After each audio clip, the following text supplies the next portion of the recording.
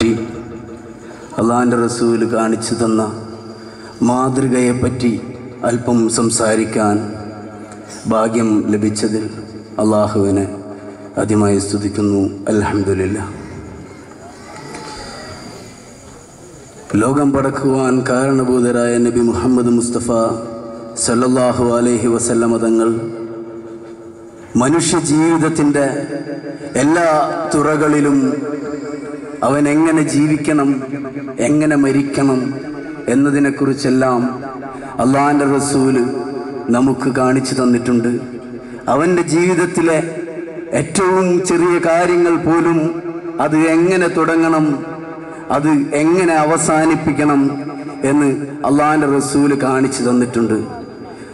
ഈ ലോകം മുഴുവൻ പടക്കാൻ കാരണഭൂതരായ ഈ ഏഴാകാശങ്ങളും ഭൂമിയും അനന്തകോടി നക്ഷത്രങ്ങളും മില്യൺ കണക്കിന് ഗാലക്സികളും വിശാലമായ ഈ പ്രപഞ്ചവും മറ്റനേകം മഹാത്ഭുതങ്ങളും ഈ സൃഷ്ടികളും മറ്റു ചരാചരങ്ങളും സൃഷ്ടിക്കാൻ കാരണഭൂതരായ അള്ളാഹുവിൻ്റെ റസൂല് നമ്മുടെ ഈ കാണുന്ന നമ്മുടെ പുരോഗതിക്കെല്ലാം കാരണക്കാരനായ, നമ്മുടെ ഈ കാണുന്ന എല്ലാ ഐശ്വര്യത്തിൻ്റെയും കാരണക്കാരനായ, നമ്മുടെ തുടക്കത്തിൻ്റെ തുടക്കമായ അള്ളാഹുവിൻ്റെ റസൂല്, ആ റസൂലിനെ പറ്റി ഈ റബീഉൽ അവ്വൽ മാസത്തിലല്ലാതെ ഞാനും നിങ്ങളും ഓർക്കാറുണ്ടോ?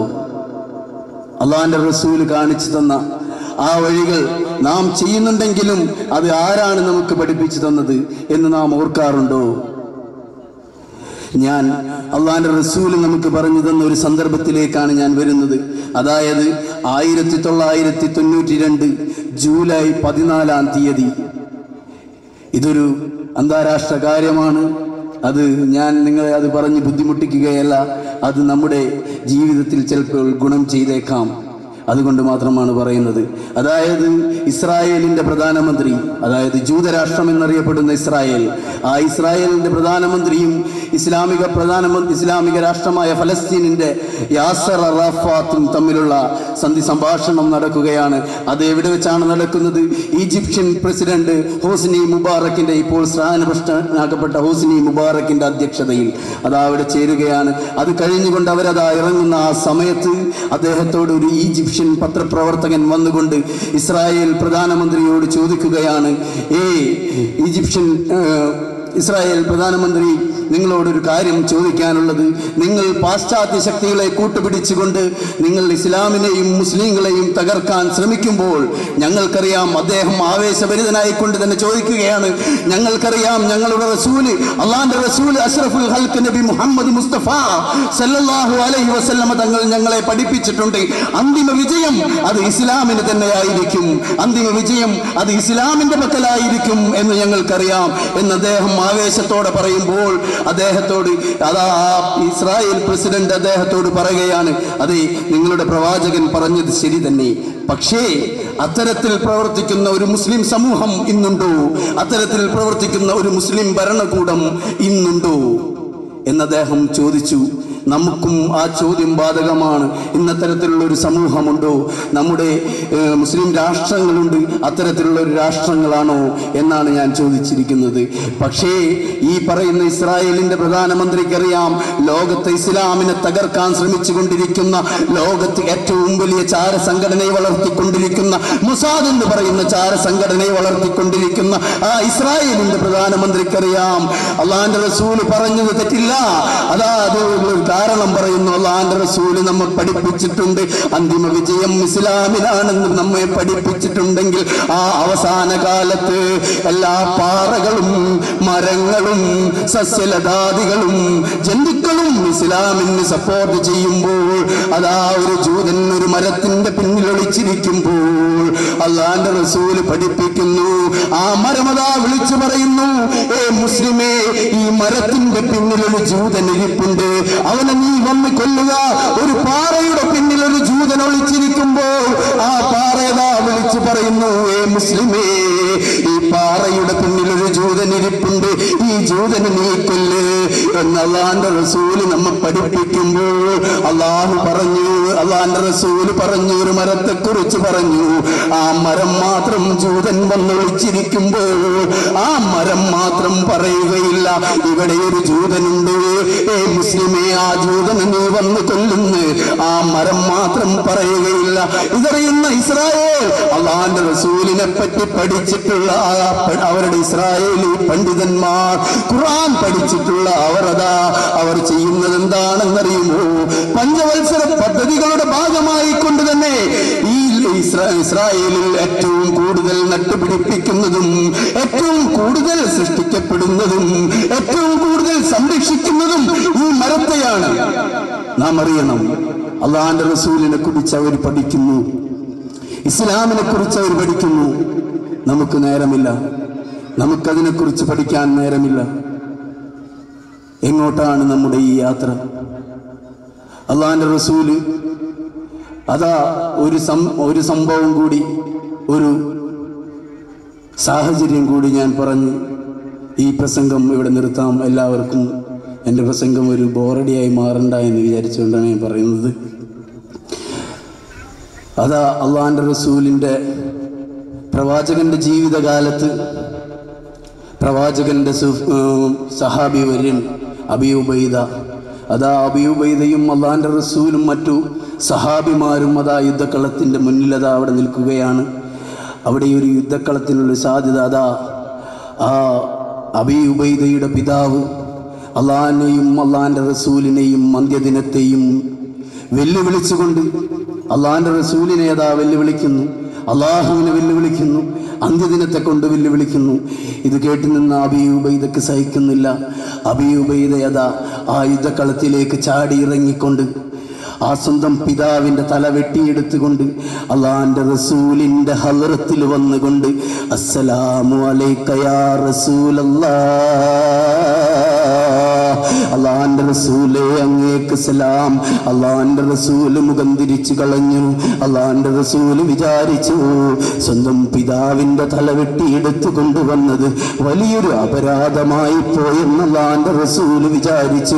അള്ളാന്റെ റസൂല് മുഖം തിരിച്ചു കളഞ്ഞു. അബീ ഉബൈദയുടെ മനസ്സതാ നൊന്തുപോയി.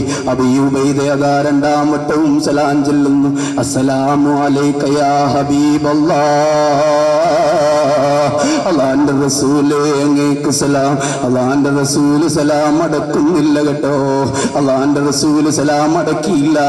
ആ സമയത്തതാ ഫനസലുൽ അമീൻ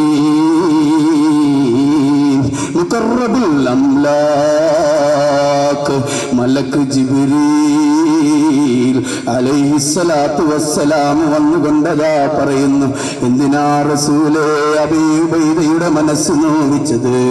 എന്തിനാ അബീ ഉബൈദയുടെ മനസ്സിനെ നോവിച്ചത്? എന്നിട്ട് പറഞ്ഞിട്ടതാ സ്വന്തം പിതാവിൻ്റെ തല വെട്ടിയെടുത്തുകൊണ്ട് വാൾ തലപ്പിലെടുത്തുകൊണ്ട് അല്ലാഹുവിന്റെ റസൂലിന്റെ ഹളറത്തിൽ വെച്ച ആ അബീ ഉബൈദക്ക് അനുകൂലമായി കൊണ്ടതാ ഖുർആൻ സൂക്തം പ്രഖ്യാപിക്കുന്നു, ലാ തജിദ് ഖൗമ യുഅ്മിനൂന ബില്ലാഹി വൽ യൗമിൽ ആഖിർ യുഹാദ്ദൂന മൻ ഹബ്ബല്ലാഹ വറസൂലഹു വലൗ കാനൂ ആബാഉഹും ഔ അബ്നാഅഹും ഔ അസ്വാജഹും ഔ ഇഖ്വാനഹും ഔ അശീറതഹും ഉലൈക കതബ ഫീ ഖുലൂബിഹിമുൽ ഈമാൻ വഅയ്യദഹും ബിറൂഹിൻ മിൻഹും വയദ്ഖുലുഹും ജനാത്തിൻ തജ്രി മിൻ തഹ്തിഹൽ അൻഹാർ ഉലൈക ഹിസ്ബുല്ലാഹ് അലാ ഇന്ന ഹിസ്ബല്ലാഹി ഹുമുൽ മുഫ്ലിഹൂൻ. നബിയേ അങ്ങറിയണം റസൂലേ, അള്ളാഹുവിനോടും അള്ളാന്റെ റസൂലിനോടും അന്ത്യദിനത്തോടും വെല്ലുവിളിച്ചുകൊണ്ട് യുദ്ധം പ്രഖ്യാപിച്ചുകൊണ്ട് നിൽക്കുന്നവന് അനുകൂലമായി നിൽക്കാൻ ഒരു മുസൽമാന് കഴിയില്ല നബിയേ. ആ വെല്ലുവിളിക്കുന്നത് അവരുടെ പിതാക്കന്മാരായാലും അവരുടെ ഭാര്യമാരായാലും അവരുടെ സന്താനങ്ങളായാലും അവരുടെ കുടുംബക്കാരായാലും നബിയേ, അള്ളാഹുവിന്റെ റസൂലിനോടും അന്ത്യദിനത്തോടും യുദ്ധം പ്രഖ്യാപിച്ചവനോട് സന്ധിയാകാൻ സത്യവിശ്വാസിക്ക് കഴിയില്ല നബിയേ. സ്വന്തം പിതാവിന്റെ തല വെട്ടിയെടുത്തു കൊണ്ടുവന്ന മകൻ അനുകൂലമായി കൊണ്ട് ഖുർആൻ സൂക്തം പ്രഖ്യാപിച്ചുകൊണ്ട് നിർത്തുന്നില്ല. പറയുന്നു, അള്ളാഹുവിന്റെ പ്രത്യേകമായ സഹായം കൊണ്ട് അള്ളാഹു അവരെ ശക്തിപ്പെടുത്തിയിരിക്കുന്നു നബിയേ. പിന്നെയും പറയുന്നു, ഉലൈക കതബ ഫീ ഖുലൂബിഹിമുൽ ഈമാൻ, അള്ളാഹു അവരുടെ ഹൃദയത്തിൽ ഈമാൻ രേഖപ്പെടുത്തിയിരിക്കുന്നു നബിയേ. ആ ഈമാൻ രേഖപ്പെടുത്തിയിരിക്കുന്നു എന്ന് പറഞ്ഞുകൊണ്ട് നിർത്തുന്നില്ല. വയുദ്ഖിൽഹും ജനാത്തിൻ തജ്രി മിൻ തഹ്തിഹൽ അൻഹാർ, അതിസുന്ദരമായ സ്വർഗമുണ്ടല്ലോ, ആ സ്വർഗത്തിൽ അവർക്ക് അള്ളാഹു ഒരു സീറ്റ് വാഗ്ദാനം ചെയ്തിരിക്കുന്നു നബിയേ എന്നതാ പറഞ്ഞുകൊണ്ട് നിർത്തുന്നില്ല. പറയുന്നു, ആര് അവനെ എന്ത് ഓമന പേരിട്ട് വിളിച്ചാലും, ആര് അവനെ എന്ത് മതമൗലികവാദി എന്ന് മുദ്ര കുത്തിയാലും, ആര് അവനെ എന്ത് തീവ്രവാദി എന്ന് മുദ്ര കുത്തിയാലും, അല്ലാഹുവിനോടും അല്ലാഹുവിന്റെ റസൂലിനോടും യുദ്ധം പ്രഖ്യാപിക്കുന്നവനോട് സന്ധിയാകാതെ പോരാടുന്നവനുണ്ടല്ലോ, ഉലൈക ഹിസ്ബുല്ലാഹ്, അവൻ അല്ലാഹുവിന്റെ പാർട്ടിയാണ് നബിയേ.